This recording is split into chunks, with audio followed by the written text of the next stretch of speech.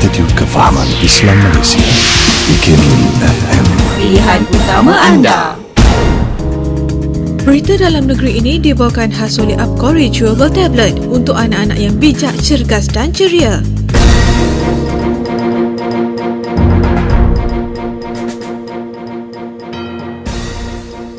Bismillahirrahmanirrahim. Antara tajuk utama berita IKIM FM 12 tengah hari. Timbalan Perdana Menteri lancar blueprint Polygreen Politeknik Malaysia. Malaysia berusaha bawa keluar 879 rakyatnya dari Yaman. China pindahkan rakyatnya dari Yaman.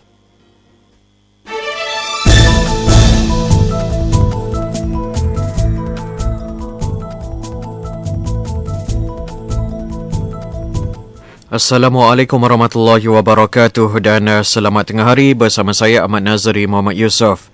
Timbalan Perdana Menteri Tan Sri Muhyiddin Yassin melancarkan blueprint Polygreen Politeknik Malaysia di Politeknik Merlimau di Melaka pada hari ini. Ketibaan beliau disambut oleh Ketua Menteri Melaka Datuk Seri Idris Harun, Menteri Pendidikan kedua Datuk Seri Idris Jusoh dan Setiausaha Kerajaan Negeri Datuk Wira Naim Abu Bakar. Tan Sri Muhyiddin yang juga Menteri Pendidikan menganggap program tersebut mampu padukan pembangunan hijau dalam sistem pengajaran dan pembelajaran melibatkan 5 aspek iaitu pengurusan kampus hijau, pembangunan kurikulum hijau, pemupukan komuniti hijau, penyelidikan hijau dan pembudayaan hijau. Kerajaan Malaysia masih berusaha membawa 879 rakyatnya keluar dari negara Yaman secepat mungkin. Menurut Menteri Luar Datuk Seri Anifah Aman, pada masa ini pihak Kementerian Luar dan Kedutaan Malaysia masih berbincang dengan Kerajaan Yaman untuk mencari pendekatan terbaik membawa rakyat Malaysia keluar dari negara tersebut sama ada melalui udara ataupun darat. Beliau berkata pihak Majlis Keselamatan Negara MKN juga sudah berada di Arab Saudi untuk mengkoordinasi dan mencari jalan terbaik membawa rakyat Malaysia keluar dari negara itu dalam keadaan selamat. Sementara itu, Datuk Seri Anifah menasihatkan semua rakyat Malaysia agar tidak berkunjung ke negara itu buat sementara waktu sehingga diberitahu kelak. Angkatan Koperasi Kebangsaan Malaysia Berhad Angkasa berhasrat memperkenalkan sijil patuh syariah hingga ke peringkat antarabangsa berikutan minat negara-negara luar tentang kewangan Islam dan produk halal. Sehubungan itu, Presidennya Datuk Abdul Fattah Abdullah berkata untuk itu Angkasa telah berbincang dengan SIRIM agar sijil patuh syariah tersebut dinaik taraf dan boleh diterima pada peringkat antarabangsa. Bercakap demikian kepada pemberita selepas merasmikan persidangan Angkasa Negeri Terengganu di Kuala Terengganu yang turut dihadiri oleh Naib Presiden Angkasa Profesor Madya Datuk Muhammad Ali Hassan. Datuk Abdul Fattah juga berkata ketika ini sejumlah 200 buah koperasi di dalam negara telah mendapat sijil patuh syariah dan ia akan dikembangkan kepada koperasi lain di seluruh negara. Kerajaan negeri dan rakyat perlu berupaya melakukan analisis tepat serta mengatur strategi secara arif dalam menghadapi senario semasa negara dan dunia. Sultan Perak Sultan Nazrin Shah bertitah ketika menghadapi ujian berat keupayaan dalam mengenalpasti peluang serta kebijaksanaan menerokai pemikiran baharu adalah kunci yang akan menentukan kejayaan ketika.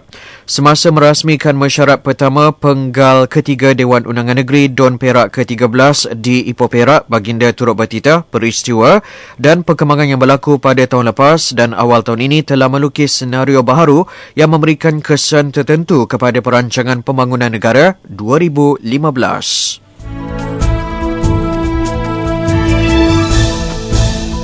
Menteri Belia dan Sukan Hairi Jamaluddin menyeru agar semua penjawat awam supaya bersama-sama mencetuskan gelombang Fit Malaysia untuk menjayakan agenda negara bersukan.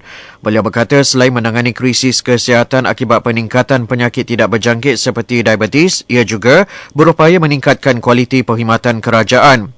Beliau memberitahu perkara itu ketika berucap pada program Fit Malaysia at Perkhidmatan Awam yang turut dihadiri oleh Ketua Pengarah Perkhidmatan Tan Sri Muhammad Zabidi Zainal di Putrajaya.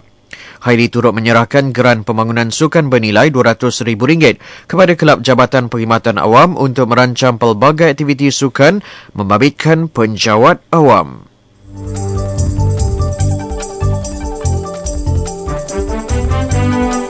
Dewan Bandaraya Kuala Lumpur atau DBKL akan memberi pertimbangan untuk menaik taraf beberapa kemudahan di sekitar bandaraya untuk masyarakat orang kurang upaya OKU. Datuk Bandar Kuala Lumpur, Datuk Seri Ahmad Faisal Talib berkata, kemudahan itu termasuk kemudahan perpustakaan. Justru, beliau meminta agar persatuan berkaitan OKU memberi cadangan untuk peningkatan kemudahan lain. Beliau memberitahu demikian pada sesi dialog antara Datuk Bandar Kuala Lumpur bersama golongan OKU dan pihak berkepentingan di Ibu Negara. Berita IKIM FM 12 tengah hari berehat seketika, menyusul sebentar saja lagi laporan luar negara. Berita dalam negeri itu tadi dibawakan khas oleh Upcori Chewable Tablet untuk anak-anak yang bijak, cergas dan ceria. Anak saya ni bijak. Bila ayahnya ajak makan snack, dia nak makan kismis sebab dia yakin yang kismis baik untuknya. Dan anak saya dapat keputusan cemerlang dalam peperiksaan. Saya bangga dengannya. Setiap hari, saya bagi dia Upcori Chewable Tablet. Dirumus daripada susu kambing, kolostrum, koko, kismis, madu, ginkgo biloba, pegaga dan juga biji anggur. Layari upcorimindagenius.com atau hubungi 019-322-2461. Upcori, bijak, yakin, cemerlang. Berkenaan salah satu kisah yang saya muatkan juga dalam buku Jak Rasul Tursina ini adalah berkenaan tentang lembu Samiri. Anak patung lembu Samiri. Jadi kisah ini adalah merupakan rentetan daripada kisah. Dalam waktu malam-malam macam ni seronok kot kita mendengar tentang buku-buku yang ada di pasaran sekarang ya. Terutama bagi peminat-peminat buku, mungkin ini adalah peluang, rancangan ini adalah peluang untuk mereka kenal lebih banyak buku ya.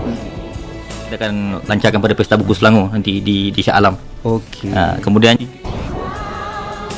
nantikan temu janji anda bersama kami di IKIM FM setiap hari Khamis jam 9.15 malam dalam rancangan Dunia Buku. Kita membaca, mari silakan timba ilmu.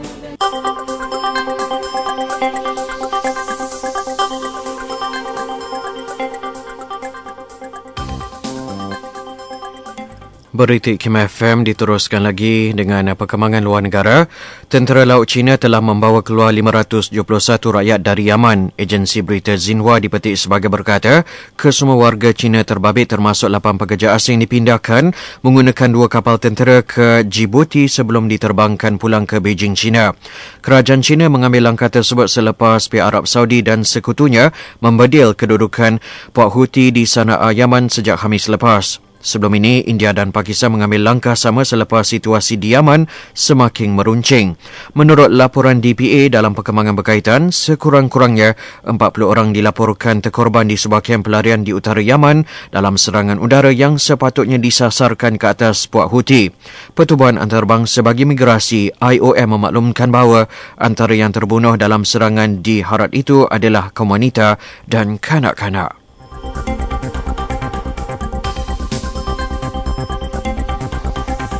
Drama tebusan selama 6 jam di sebuah mahkamah di Ibu Negara Turki semalam berakhir apabila pasukan khas polis menyerbu masuk premis berkenaan dan menembak mati 2 ahli kumpulan berhaluan kiri yang menjadikan seorang penawar raya sebagai tebusan. Presiden Turki Recep Tayyip Erdogan dalam kenyataannya berkata, mangsa yang dijadikan tebusan Mehmet Selim Kiraz turut terkorban dalam kejadian tersebut selepas ditembak sebanyak 3 kali di bahagian kepala dan 2 tembakan di badan. Mangsa meninggal dunia ketika dikejarkan ke hospital untuk mendapatkan rawatan. Kejadian tersebut bermula apabila Parti Barisan Revolusi Pembebasan Rakyat menyiarkan gambar penawar raya Mehmet Selim Kiraz diacukan pistol oleh seorang daripada ahli kumpulan terbabit yang mengugut untuk membunuh mangsa sekiranya permintaan mereka tidak dipenuhi.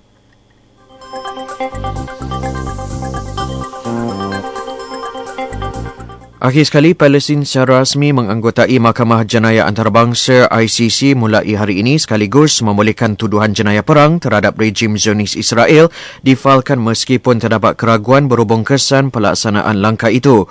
Penyertaan tersebut menjadi satu lagi langkah dalam kempen diplomatik dan perundangan antarabangsa Palestin yang bermula pada tahun lepas. Menteri Luar Palestin Riyad Al-Maliki berkata pihaknya akan mula menghantar dokumen yang perlu ke ICC di The Hague, Belanda untuk tujuan penakwaan jenayah perang dan jenayah kemanusiaan terhadap rejim Zionis Israel. Pada tarikh tersebut juga Riyadh bakal menerima salinan dokumen Piagam Rom iaitu Perjanjian Asas Penubuhan ICC. Sebagai negara, ke-123 menyertai badan kehakiman itu, Palestin dan rejim Zionis Israel boleh disiasat atas pelbagai dakwaan jenayah yang tidak boleh dikendalikan mahkamah di negara-negara lain di seluruh dunia. Terima kasih kepada para pendengar atas kesudian anda mengikuti segala perkembangan menerusi siaran berita IKIM FM 12 tengah hari ini. Assalamualaikum warahmatullahi wabarakatuh dan salam hormat. Laporan berita tadi dari sumber bernama.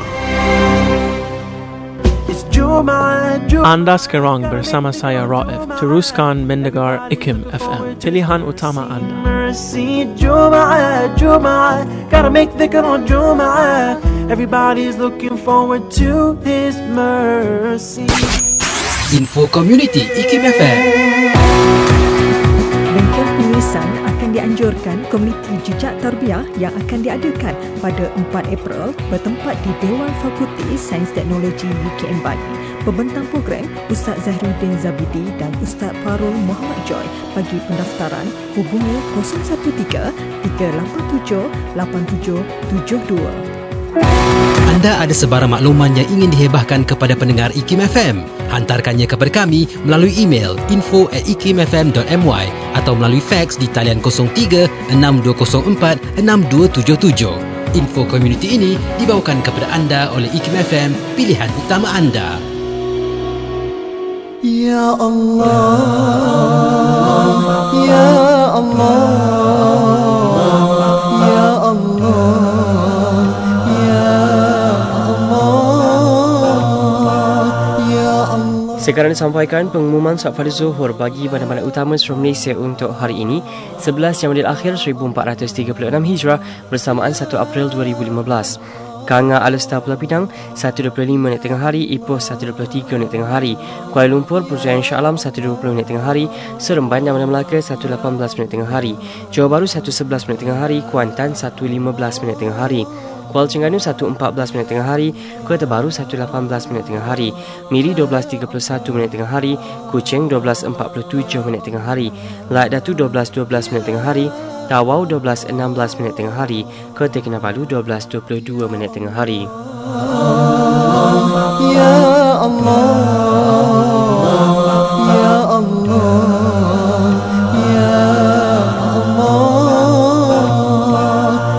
Demikian tadi sampaikan pengumuman solat fardu zuhur untuk hari ini 11 Jamadil Akhir 1436 Hijrah bersamaan 1 April 2015. IKIM FM mengajak para pendengar untuk menunaikan solat walau mana sahaja anda berada. Selamat menunaikan solat fardu zuhur daripada kami di IKIM FM, pilihan utama anda. Ya Allah, Ya Allah. An Abi Hurairah radhiyallahu anhu anin Nabi sallallahu alaihi wasallam qala Inna Allah la yanzuru ila ajsadikum wala ila suwarikum walakin yanzuru ila qulubikum. Daripada Abu Hurairah radhiyallahu anhu, Nabi sallallahu alaihi wasallam bersabda, sesungguhnya Allah tidak melihat kepada jasad atau rupa bentuk kamu, tetapi Allah melihat kepada hati-hati kamu. Riwayat Muslim.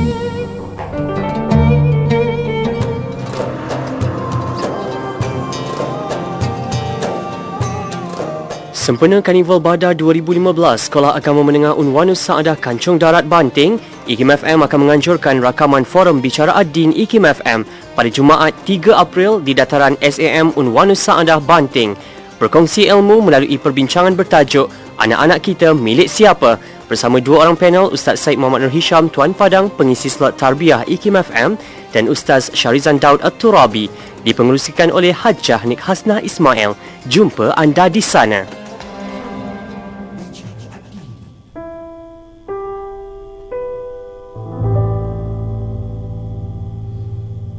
Keadaan politik negeri Terengganu pada zaman Sultan Omar, Sultan Terengganu ke-9, memberikan ruang kepada ulama ternamanya seperti Tukku Tuan Besar atau Syed Muhammad bin Zainal Abidin untuk memainkan peranan yang penting. Kepribadian tinggi dan akhlak mulia Tuanku Tuan Besar menyebabkan beliau bukan sahaja disanjung oleh masyarakat tetapi juga dihormati keluarga Diraja Terengganu. Sehubungan itu beliau dikurniai kedudukan istimewa dalam pemerintahan Sultan Omar.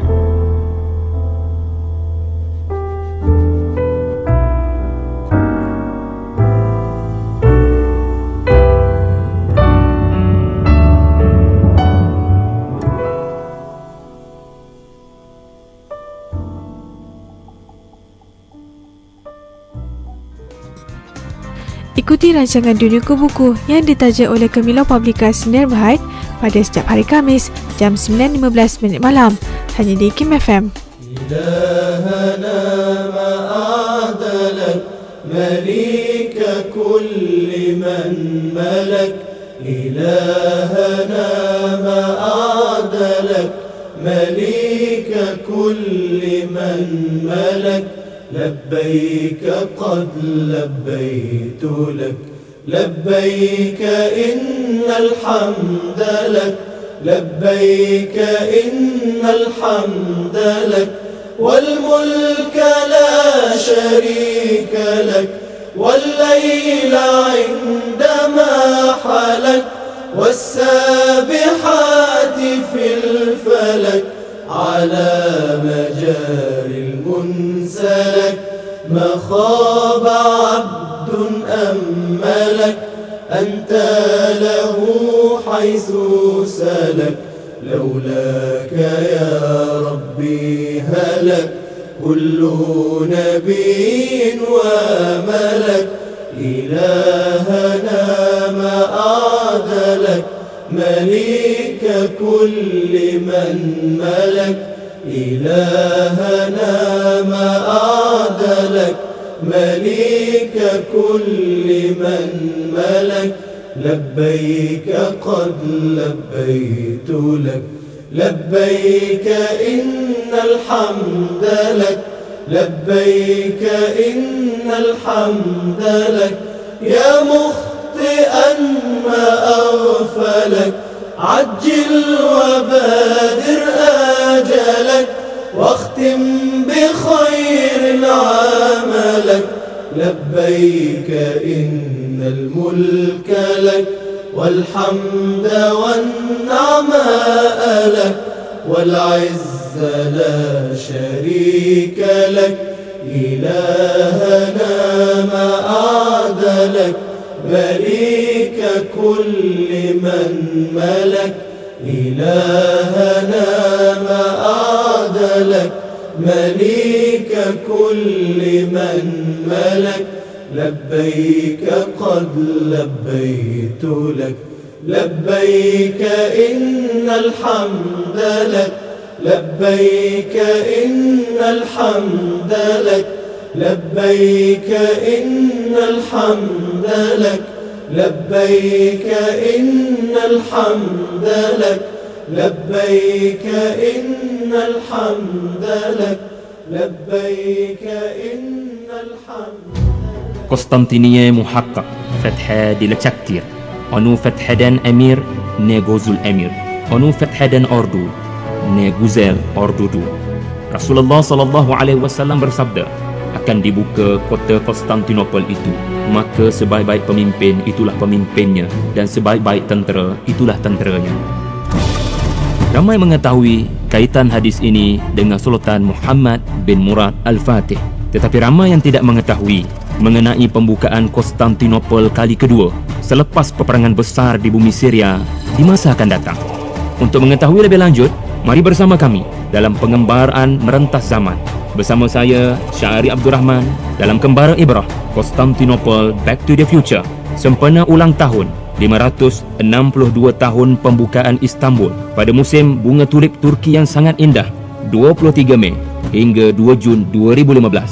Layari website ini www.raudahmawaddah.com raudahmawaddah.com atau hubungi 012 388 7010 012 388 7010. Negeri Sembilan 102.7.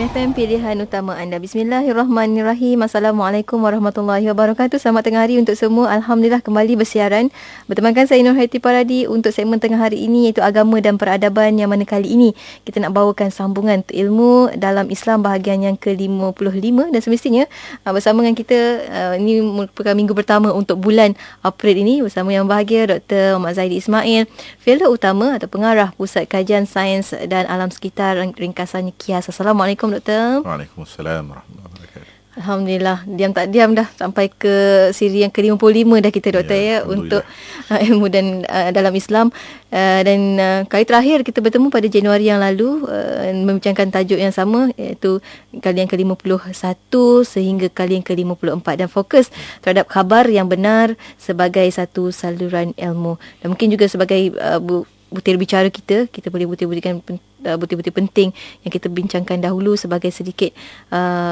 ulang kaji mungkin sebagai pertemuan kita pada awal minggu di bulan ini. Silakan Doktor. Terima kasih. Assalamualaikum warahmatullahi wabarakatuh.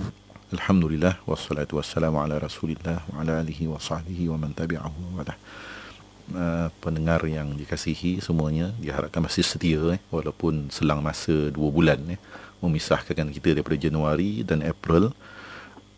Sebagaimana yang Yati sebutkan tadi, memang terakhir dulu kita memberikan tumpuan kepada khabar yang benar sebagai saluran ilmu. Dan kalau pendengar masih ingat, pada tahun yang lalu juga kita serba sedikit membincangkan tentang panca indera yang sejahtera sebagai saluran ilmu. Jadi yang ini merupakan saluran yang kedua lah selepas panca indera.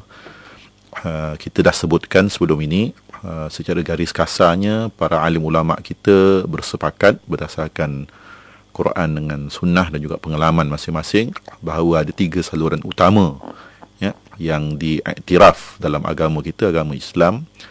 Bila kita bercakap tentang perolehan ilmu, sebab kita nak memperoleh ilmu tu kena ada salurannya. Jadi 3 saluran telah disepakati: panca indera yang sejahtera, khabar yang benar dan akal. Jadi sekarang ini kita masih lagi berbincang tentang khabar yang benar.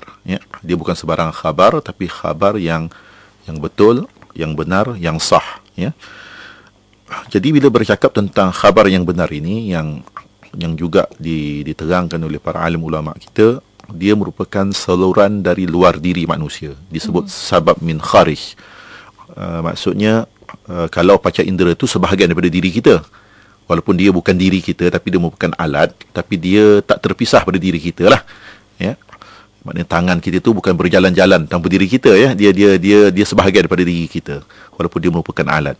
Tetapi khabar yang benar ini, dia merupakan selalunya khabar ni bukannya khabar daripada sebarang makhluk lah, daripada manusia juga, manusia yang selain daripada diri kita. Jadi dia merupakan saluran dari luar diri kita, daripada orang yang lain.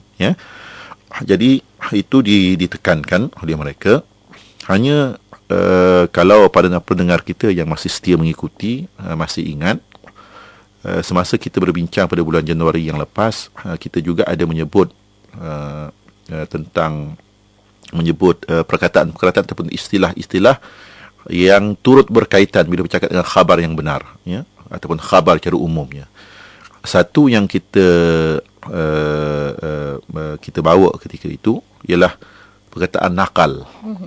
Sebab itu saya rasa mungkin sebahagian daripada kita pernah dengar al-ilmul naqli ataupun al-ulum an-naqliyah. Ini mungkin sebahagian daripada ialah mungkin kalau tidak kita pun, kenalan kita, saudara kita, adik-beradik kita yang mungkin pernah belajar di sesetengah institut pengajian tinggi yang mungkin beraliran agama, mungkin biasalah mendengar al-ulumun naqliyah itu. Maksudnya ilmu-ilmu yang dinakalkan, yang dinukilkan lah. Dalam bahasa Melayu ni selalunya nakal ni dah tak ada, kita guna kepada nukil. Menukil ni macam yang kita sampai, yang kita beritahu daripada orang ke orang yang lain. Jadi itu satu perkataan yang berkaitan, sangat rapat berkaitan dengan khabar, nakal, ataupun nakliyah dan sebagainya. Yang seterusnya yang kita juga kongsikan sebelum ni, perkataan riwayat. Sebab itu biasalah riwayat sipulan-sipulan, itu pun kadang-kadang kita kita gunakan cara umum lah. Memang dia memang dia berkaitan dengan khabar. Sebab khabar itulah berbentuk riwayat daripada seorang yang lain, ya. Kemudian kita juga sebutkan perkataan sanad ataupun dia punya jamak pluralnya itu isnad, ya. Jadi sanad ini dia sebenarnya bermaksud sandaran, ya. Sandaran pegangan kita. Maksudnya kita menyandarkan apa yang kita terima dan kita fahami ini kepada orang yang lain, ya, yang jadi sandaran pegangan kita. Dan pastilah orang yang lain ini pun juga ada kemungkinan juga dia menyandarkan kepada orang yang sebelumnya. Dan begitulah sifat sanad itulah, ya. Dan seterusnya kita juga sebut istilah as-sam'iyat, iaitu perkara-perkara yang sampai kepada kita, yang kita pegang melalui pendengaran. Mana pendengaran itu khabar lah, sebab khabar itu yang kita dengar. Jadi khususnya dalam kitab-kitab akidah, kalau mungkin mereka yang pernah menelaah kitab-kitab akidah, selalunya kalau bab-bab ataupun bahagian-bahagian di hujung kitab akidah itu umumnya dikelompokkan dan dinamakan dengan as-sam'iyat. Dia bukan ilmu-ilmu ataupun perkara-perkara yang kita ketahui mulai pendengaran daripada khabar-khabar. Dalam konteks ini khabar Rasul lah dalam konteks akidah.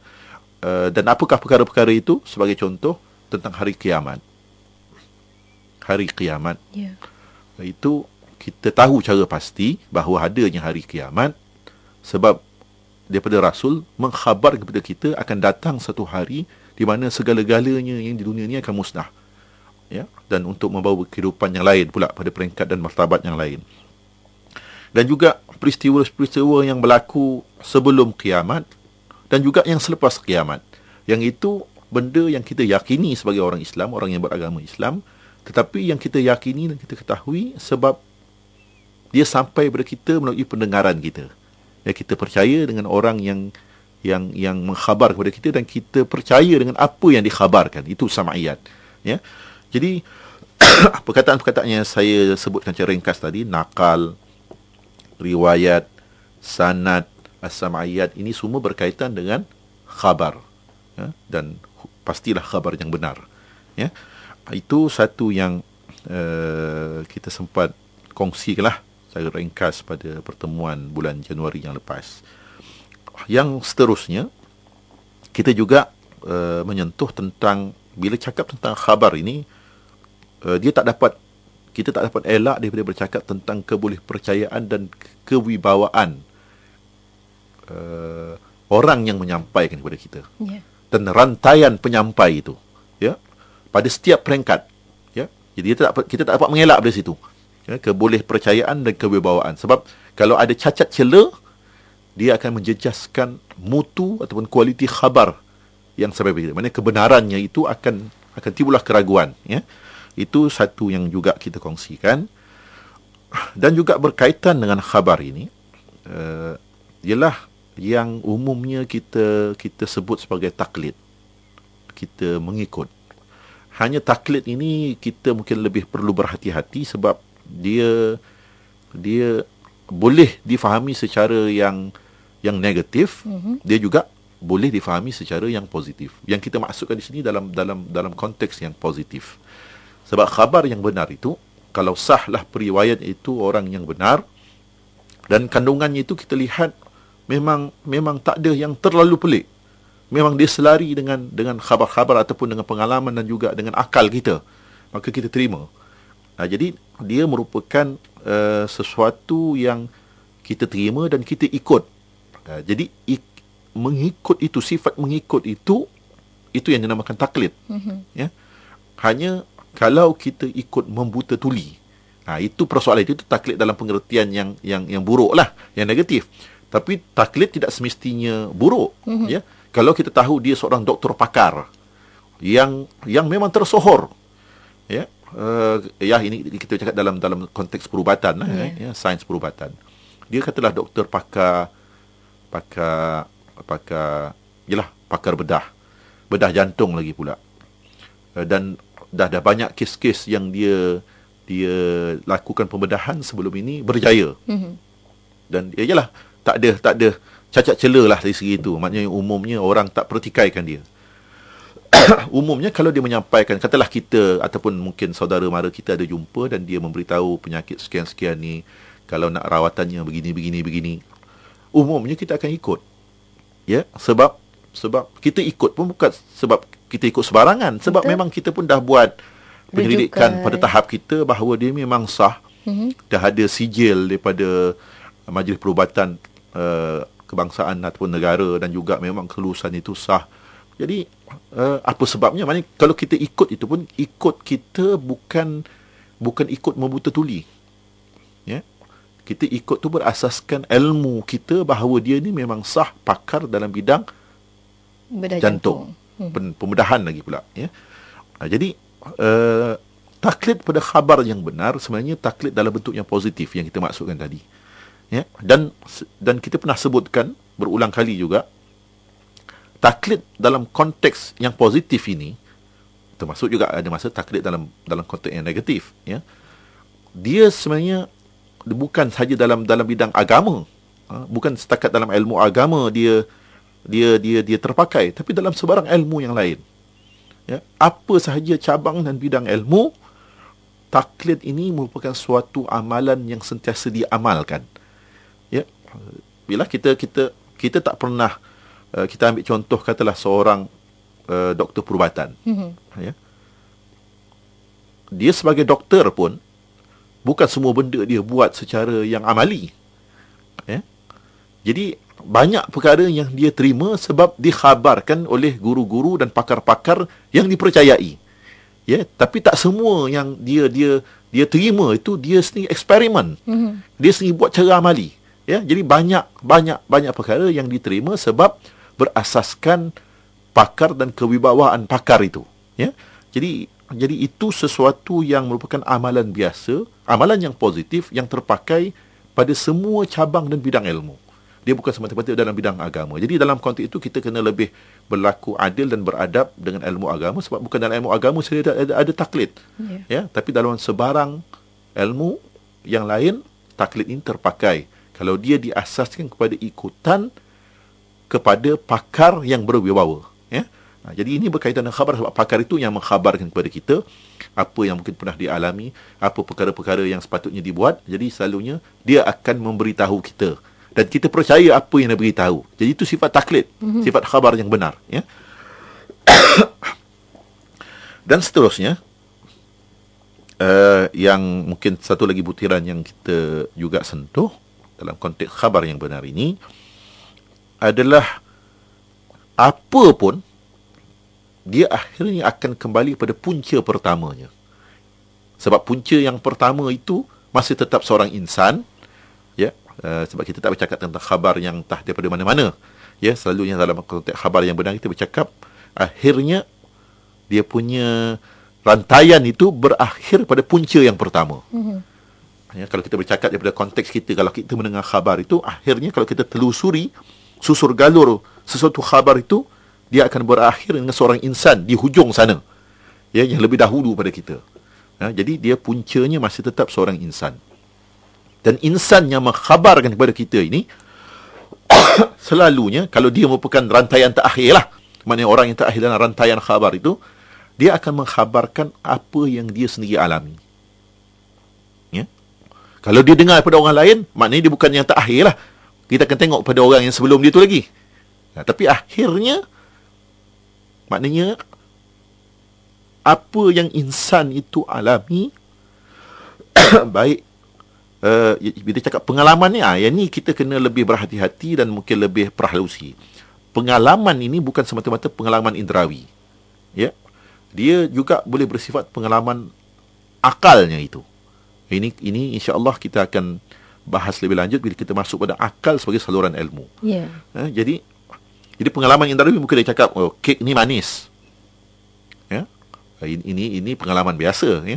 Tapi kalau saya pergi mana kedai kek, mungkin jelah kita tak tahulah, mungkin pendengar kita ada kedai-kedai kek yang dia suka, mungkin ada rakan saya dia suka secret recipe katakan.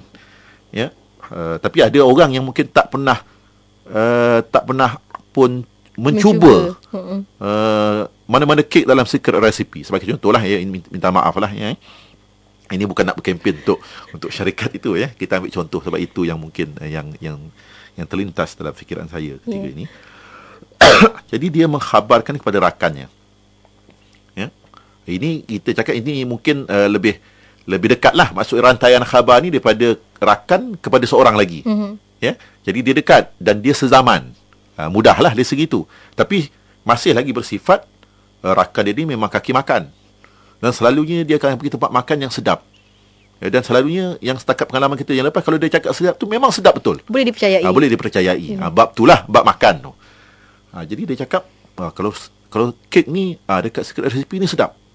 Dia pun tak manis sangat sebagai contoh. Jadi kalau dia percaya, dia mungkin akan khabarkan kepada, mungkin dia tak perlu nak makan pun, tapi ada orang lain tiba-tiba ada kawan atau saudara yang seorang lagi tanya, kat mana nak beli kek yang bagus ya, saya nak buat birthday party sebagai contoh. Jadi dalam kes dia ini, dia tak pernah rasa pun, tapi dia tahu kawan dia ini seorang yang boleh dipercayai bab rasa makanan ni ya. Dia cakap kalau nak pergi tu elok pergi dekat secret recipe. Dia sendiri tak pernah rasa ya, yang rasa ni kawan dia yang mengkhabar. Benar tak benar tu tak tahu, tapi setakat ni dia percaya. Dan dia ni mengkhabarkan kepada seorang yang lain pula. Ya, wujud dalam konteks ini masih sezaman. Dia mungkin masih dekat. Ya, tak susah untuk kita nak verify, untuk kita nak mengesahkan betul tak betul. Ya, dalam konteks ini kalau nak sah betul, pergi belilah sendiri rasa.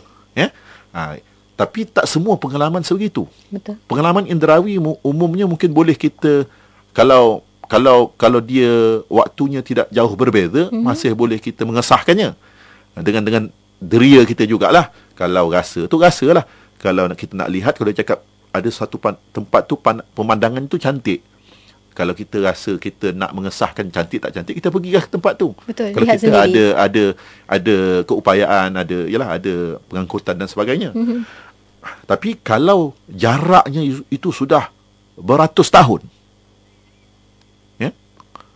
dan yang dikhabarkan itu bukan perkara-perkara yang boleh ditanggap dengan panca indera kita yang sejahtera. Jadi di situ lain pula keperluannya. Tapi masih lagi dia akan kembali kepada punca itu tadi, boleh dipercayai atau tidak. Jadi macam mana kita nak mempercayai suatu punca khabar yang sudah ratusan tahun jarak masanya dengan masa kita. Jadi di situ yang ilmu sejarah, ilmu hadis sebagai contohlah dalam konteks agama itu memainkan peranan yang cukup besar. Betul. Ya, sebab dia bersifat macam mana kita nak mengesahkan seorang yang pernah hidup ratusan, mungkin dah 1000 tahun lebih dahulu, yang mendakwa dirinya rasul. Ya, dan sekian-sekian yang mengkhabarkan banyak pula perkara yang datang pada dia, perkhabarannya itu. Jadi di situ nanti memang memerlukan usaha-usaha untuk mengesahkan, ya. Dan ini maknanya dia akan melibatkan banyak perkara lah, yang sebenarnya bukan satu perkara yang baru, sudah dibahaskan, sudah diusahakan sekian lama, sudah dipertahankan, sudah diperhalusi dan sebagainya. Mungkin itulah kot ulang kaji yang agak panjang tak sebenarnya ya.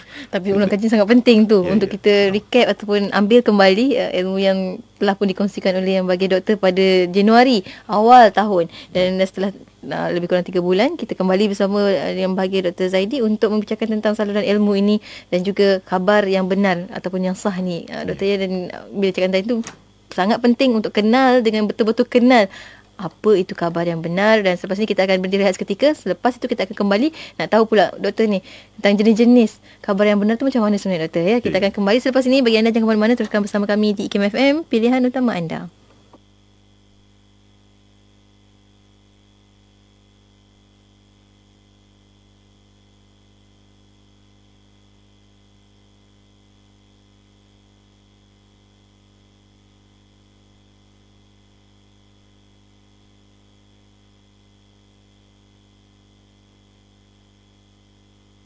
Pilihan utama anda tentunya hanya di radio Institut Kefahaman Islam Malaysia IKIM FM. Alhamdulillah tengah hari ini kita kembali membicarakan tentang ilmu dalam Islam bahagian yang ke-55 menerusi agama dan peradaban, dan masih lagi bersama dengan tamu saya pada tengah hari ini yang berbahagia Dr. Muhammad Zahidi Ismail, merupakan fellow utama ataupun pengarah Pusat Kajian Sains dan Alam Sekitar IKIM. Fokus kita tentang khabar yang benar ataupun yang sah ni, doktor, kan? Mungkin juga sebagai sambungan ni, doktor, tadi dah dilontarkan juga antara soalannya, ada berapa jenis sebenarnya khabar yang benar ni, doktor? Ya. Ada berapa jenis khabar yang benar? Kalau Yati rasa berapa jenis Saya tanya doktor. Ya. Pertamanya saya rasa sebelum kita menjawab soalan berapa jenis khabar yang benar tu, sebab kita bercakap khabar yang benar sebagai saluran yang sah untuk kita mencapai atau mendapat ilmu.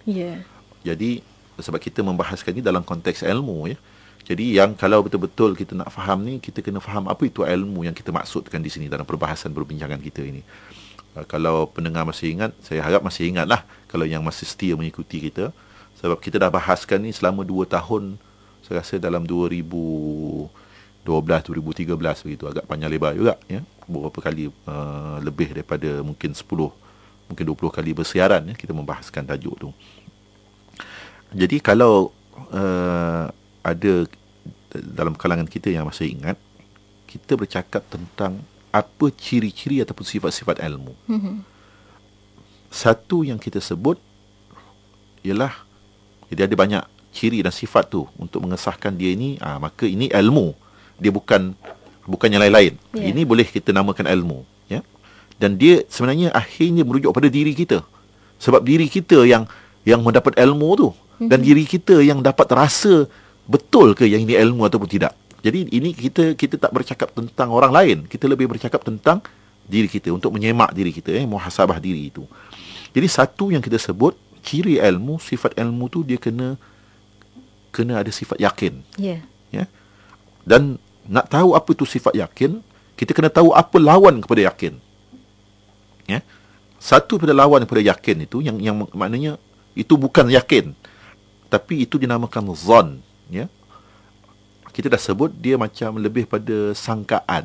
Tanggapan Mungkin lebih umum, tapi dia macam sangkaan, mungkin pandangan, pendapat, ya.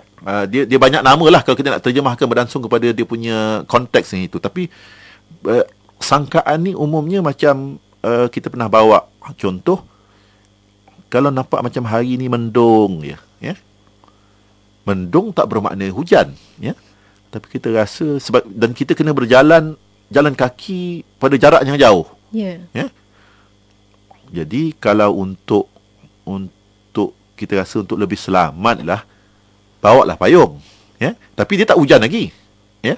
Hanya kita bawa. Tapi kalau orang tanya kenapa kita bawa payung, sebab kita sangka, berat sangkaan kita itu dia akan hujan, tapi kita tak yakin, ada kemungkinan tak hujan. Itu sangkaan. Namanya kita masih bertindak, tapi bertindak berasaskan sangkaan. Ya. Tapi kalau dah memang hujan betul, itu dah tak payah nak sangka-sangka lagi, dah memang hujan betul. Itu kenyataan. Ya, itu kenyataan. Jadi dia memang kena bawa payung lah. Jadi sangkaan ni macam prediction, hypothesis, malahan tesis itu sendiri kalau dalam ilmu sains lah, dalam ilmu uji kaji sains dan sebagainya. Begitu sifat sangkaan itu. Tapi dia bukan yakin. Ya. Jadi maknanya ilmu itu, kalau nak cakap betul-betul dia layak dianggap sebagai ilmu, sifat yakin tu mesti ada. Maksudnya dia satu pegangan yang dah tak mungkin silap dan tak mungkin ada kemungkinan lain. Ya, itu yakin. Yalah, saya tak mungkin tak sesuai untuk kita ulang kaji balik, ya. Jadi kalau kita bercakap ilmu, itulah ilmu. Jadi khabar yang bagaimana yang boleh menyampaikan kita pada ilmu yang macam itu, yang ada sifat yakin. Jadi kerana itu, bila para ahli ulama kita menyelidiki, memperhalusi, meneliti lebih lanjut, bagi mereka ada 2 khabar, ya. Hanya ada 2 khabar yang boleh betul-betul menerbitkan ilmu yang ada sifat yakin itu. Ya. Jadi yang disebut oleh mereka itu sama ada khabar mutawatir ataupun khabar rasul. Ya. Khabar mutawatir dan khabar rasul. 2 jenis, ya, bagi mereka. Yang lain-lain itu dia dia sukar nak mendapat tahap yakin itu, melainkan disertakan dengan faktor-faktor yang lain. Tapi kalau semata-mata khabar, hanya dua jenis ini yang betul-betul boleh menerbitkan sifat yakin pada orang yang mendengar khabar itu.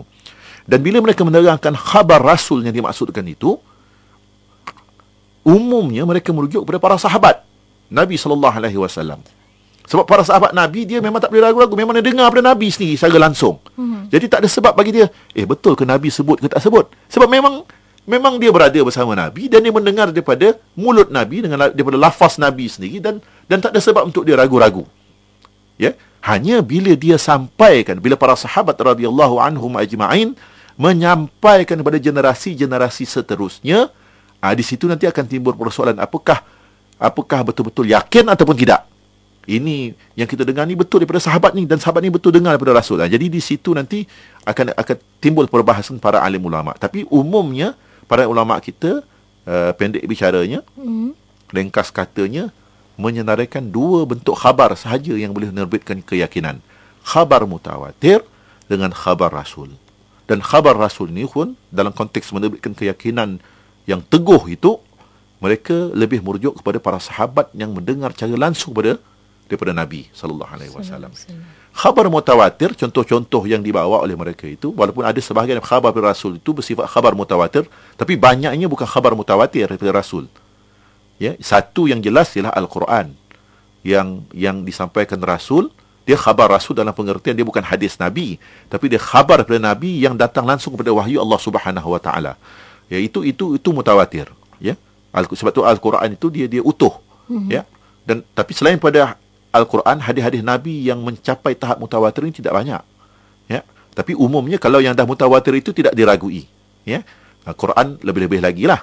Tapi selain daripada Al-Quran yang merupakan khabar Rasul, kalau khabar mutawatir yang lain ni, sebagai contoh, kita mungkin ambil contohlah, ada seorang tokoh pemikir lebih hidupnya mungkin hampir 2000 tahun dahulu, bernama Aristotle. Itu sudah macam dianggap mutawatir. Ya, itu contoh-contoh sebagai contoh, macam ada seorang raja sekian nama, kan, Iskandar Zulkarnain. Dalam konteks kita, sebab kita ada Al-Quran lah, ya. Tapi nama-nama raja, nama-nama negara pada satu zaman yang dahulu. Jadi dia macam dah mutawatir, dia tak ada berkaitan dengan suruhan agama pun, ya. Tapi dia satu yang kita anggap benar, dan kita macam tak ragu-ragu sebab terlalu ramai. Bukan sahaja pada zaman kita, tapi pada zaman yang sebelum itu yang mempercayai, dan tak ada sebab mereka semua tu bersepakat untuk berbohong. Ya, sebab dia terlalu ramai, tempat-tempat yang berbeza, zaman-zaman yang berbeza, yang meriwayatkan benda itu, sampai tak ada sebab, tak terfikir untuk pada akal kita, bahawa mereka ini semua bersepakat untuk berbohong. Itu contoh mutawatir yang dibawa. Ya, dia bukan berkaitan dengan suruhan agama pun. Ya, dia tentang factual facts lah, mungkin historical facts begitu. Itu contoh. Jadi maknanya ada dua ya. Khabar yang betul-betul boleh menerbitkan ilmu yang ada sifat yakin tu. Maknanya ilmu yang sebenar tu dia ada sifat yakin. Kalau yang lain tu dia menyamar sebagai ilmu, tapi bukan ilmu yang sebenar. Jadi dua ini yang umumnya direngkaskan cerita yang disebut oleh para alim ulama kita. Ya, mungkin kalau dengan dalam kesempatannya lagi kita akan pergi lebih lanjut untuk lihat lebih panjanglah perbahasan para alim ulama kita. Wallahu a'lam. Insya-Allah, itu dia tentang kabar yang benar, kabar yang sah. Ada jenis-jenisnya yang kita kena tahu tu, doktor, ya, untuk kita betul-betul ambil manfaat dan juga pencerahan kepada kita. Dan mungkin selepas ini kita boleh cerita tentang kebolehpercayaan tu bagaimana. Itu untuk kita sambung lagi insya-Allah di minggu hadapan, menerusi agama dan peradaban bersama dengan bahagia Dr. Muhammad Zaidia. Terima kasih banyak doktor atas perkongsian pencerahan pada tengah hari ini. InsyaAllah kita akan bertemu lagi lain ke lapangan. Assalamualaikum doktor. Waalaikumsalam warahmatullahi. Dan untuk anda teruskan bersama kami di IKIM FM. Kembali kepada kas tugas di Aspirasi hanya di IKIM FM, pilihan utama anda. Hai, surprise! Saya Man, Raja Lawak musim kelima. Teruskan mendengar IKIM FM, pilihan utama anda.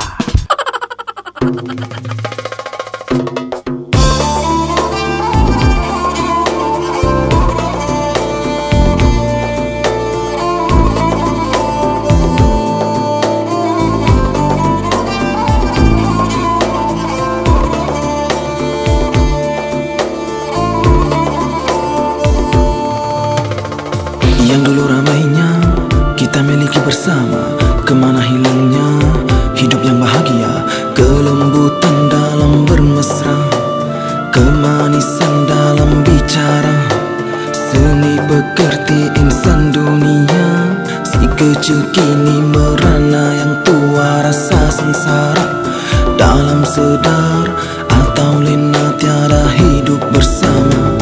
Persaudaraan lesu, kasih sayang kelabu, mencium berdebu, menjadi candu nafsu, membangkai sanubariku. Tidak lagi cinta diburu, yang ada cemburu melulu membunuh hatiku. Cintaku rinduku, jiwaku padamu, doaku pohon restu, kasihmu sayangmu rahmatmu.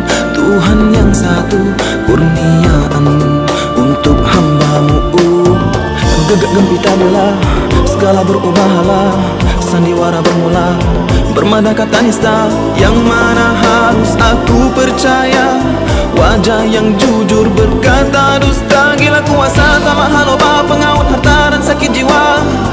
Ikut turut aku sangka, katamu janjimu tak perlu aku sahut. Ku berpaut tidak hasut, bukan takut, ku bukan pak turut.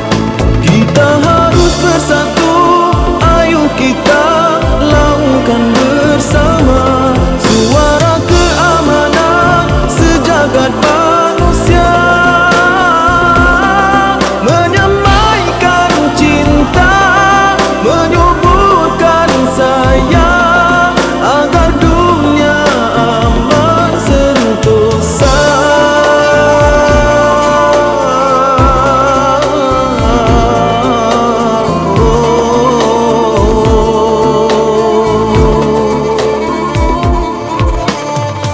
Sayu satu sendu, aku tahu itu mengganggu syadu pilu jiwaku. Karena cinta hanya tiba bila rasa kecewa hiba tanpa dirinya. Usah resah rasa susah, indah pada tak gundah, tumpah darah tak kisah. Bukankah insan telah dicipta saling kasihan untuk teguhkan kemanusiaan dan peradaban, bukan alasan. Bukan pengkhianatan tapi keikhlasan dan kejujuran, bukan pergaduhan, bukan peperangan.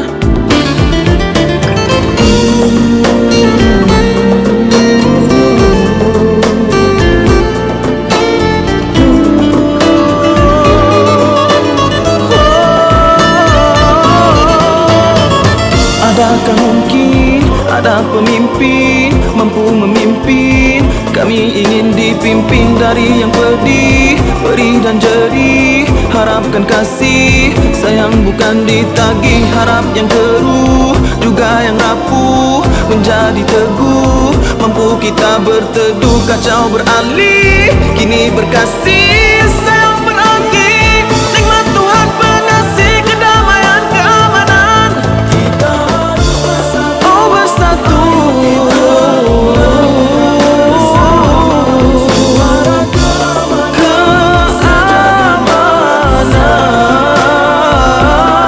Menyamaikan cinta, menyuburkan sayang, agar dunia aman sentosa.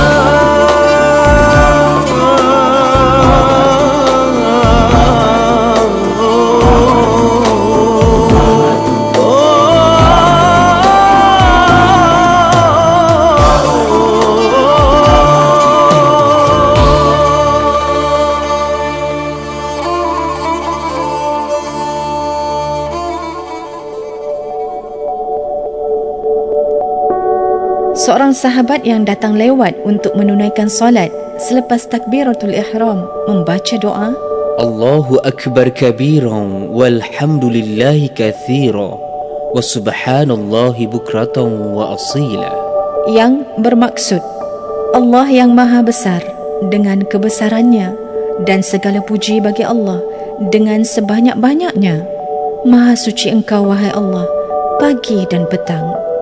Selepas solat, Rasulullah SAW bertanya tentang siapakah yang membaca doa itu.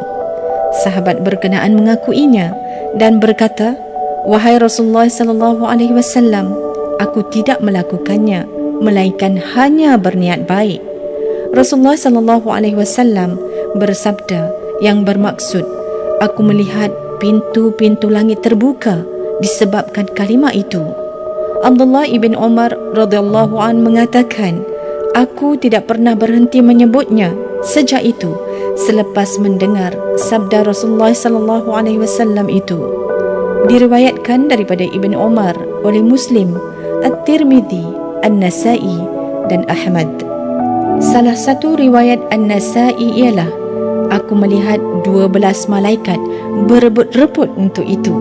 Manakala dua daripada riwayat Ahmad pula ialah, aku melihat ucapanmu naik ke langit sehingga pintu dibuka dan ucapanmu itu masuk ke dalamnya. Petikan daripada buku Khilafiyah, Persoalan dan Penjelasan, tulisan Ustaz Muhadir Haji Jol, halaman 41. Okey, kembali saat ini para pendengar, dah pun 12.55 tengah hari. Selamat tengah hari semua ya. Dan baru saja sebentar tadi anda dah pun ikuti segmen agama dan peradaban ya. Moga-moga adalah sedikit sebanyak manfaat buat kita bersama. Okey, kita akan teruskan lagi selepas ini segmen aspirasi. Menanti selepas ini kita akan menunggu sama-sama azan Zuhur yang bakal berkumandang ya. Dan sebelum itu kita akan dengarkan seperti biasa masuk jam 1 nanti bacaan dari ayat-ayat suci Al-Quranul Karim, alunan zikir dan juga terus saja azan Zuhur akan berkumandang.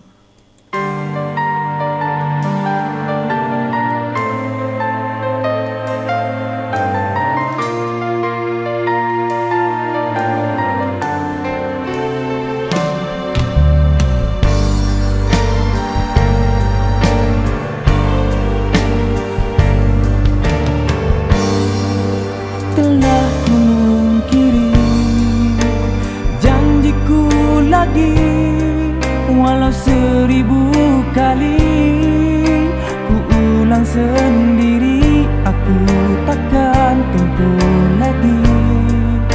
Apakah kau terima cintaku lagi setelah ku berpaling dari pandanganmu yang kabur karena jauhnya aku?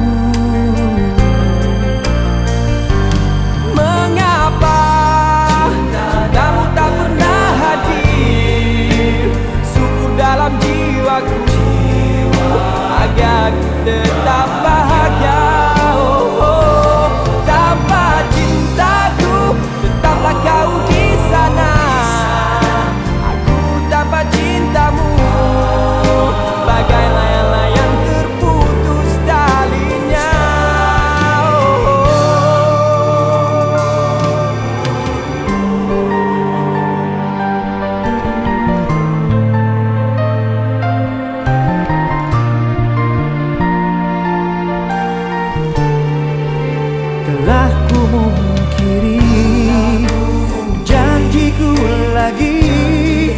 Walau 1000 kali ku ulang sendiri, aku takkan tempuh lagi.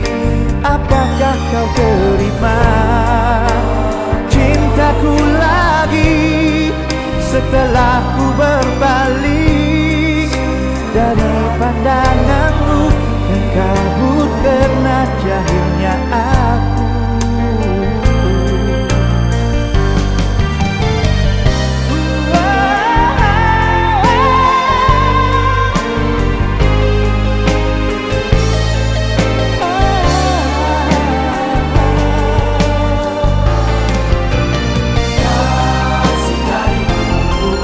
Bye.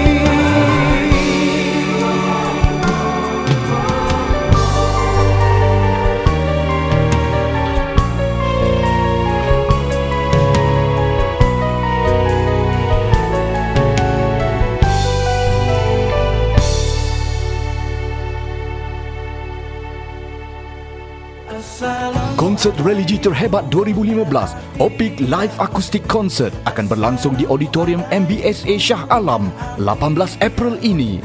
Turut menampilkan vokalis terhebat Dakmi, Tangisan itu dari sebab dan Lah Ahmad. Dapatkan segera tiket anda secara online di intimmobile.com atau pembelian dari ejen-ejen terpilih. Opik Live Acoustic Concert dengan sokongan radio rasmi IKIM FM dibawakan kepada anda oleh Intim Records.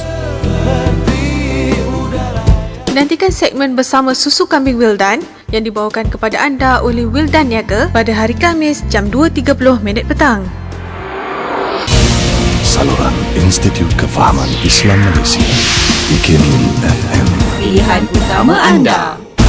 Bismillahirrahmanirrahim. Iqra' bismi rabbikal ladzi khalaq. خلق الإنسان من علق اقرأ وربك الأكرم الذي علم بالقلم علم الإنسان ما لم يعلم كلا إن الإنسان ليطغى أن رآه استغنى إن إلى ربك الرجعى أرأيت الذي ينهى عبدا إذا صلى أرأيت إن كان على الهدى أو أمر بالتقوى أرأيت إن كذب وتولى ألم يعلم بأن الله يرى كلا لئن لم ينته لنسفعا بالناصية ناصية كاذبة خاطئة فليدع ناديه سندع الزبانية كلا لا تطعه واسجد واقترب يا نبي سلام عليك سلام عليك يا حبيب سلام عليك يا رسول الله صلوات الله عليك يا نبي سلام عليك يا رسول سلام